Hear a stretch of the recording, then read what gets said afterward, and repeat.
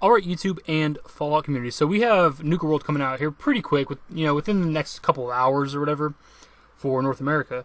And with the announcement of Nuka World, we learned that it was the final piece of DLC. And with that came a lot of negativity. And I'm one of the culprits myself. I've talked pretty negatively about Fallout 4 coming to an end with its last DLC. Now, with that being said, something hit me to look back at the previous Fallout games, 3 and New Vegas, and look at their DLCs. And come to find out, there's not a whole lot of difference between New Vegas 3 and Fallout 4. It's kind of the same thing. Their life cycles came to an end with under a year of release. And I'll throw you the dates really quick. Fallout 3 came out October 28, 2008.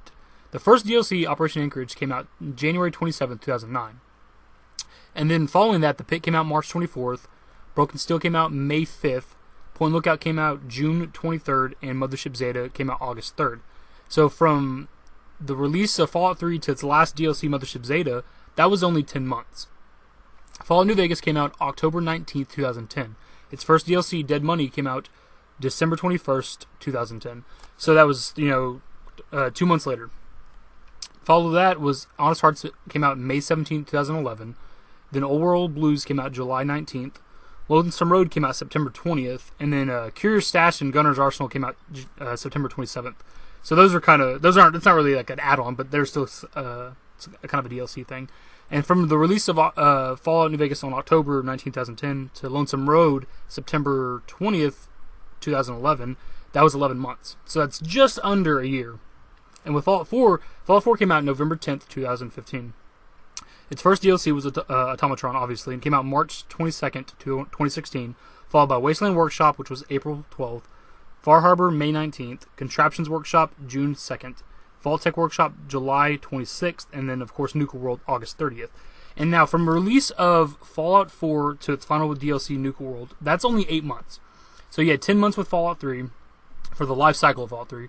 11 months for New Vegas' life cycle. And Fallout 4's life cycle is only 8 months. Now, that is significantly less. It's 2-3 months less than the other two.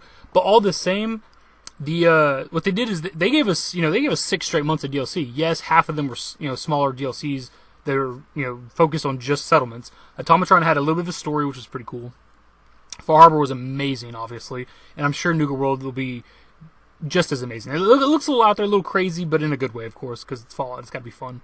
But the thing is, I think that because of them throwing all these DLCs at us at once, back to back every month, and half of them being small, whereas 3 in New Vegas had like 4 or 5, full-fledged DLCs, new map locations, quests, weapons, armors, sometimes perks, more levels, all those things. So, I think that it's just the way they went about it, I'm sure, Contraptions, Vault-Tec, and Wasteland Workshop were probably a bitch to make, but it seemed the content it adds to the game is nowhere near that of, Lonesome Road or Mothership Zeta or something like an actual full-fledged DLC did for the older games.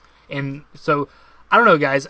I'm not so negative now. It was so weird. I always bitch about shit for several months, and then I end up turning it around near the a couple months later or whatever. So I'm not super upset about it.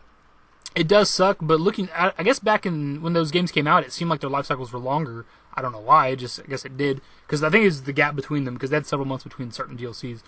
Anyways, guys, I just wanted to kind of bring it to light for everybody who may have not known that or may not have realized that like I did till now. It's really not that big a deal. It does suck a lot, but mods will add a life, the game will go on. Later, guys.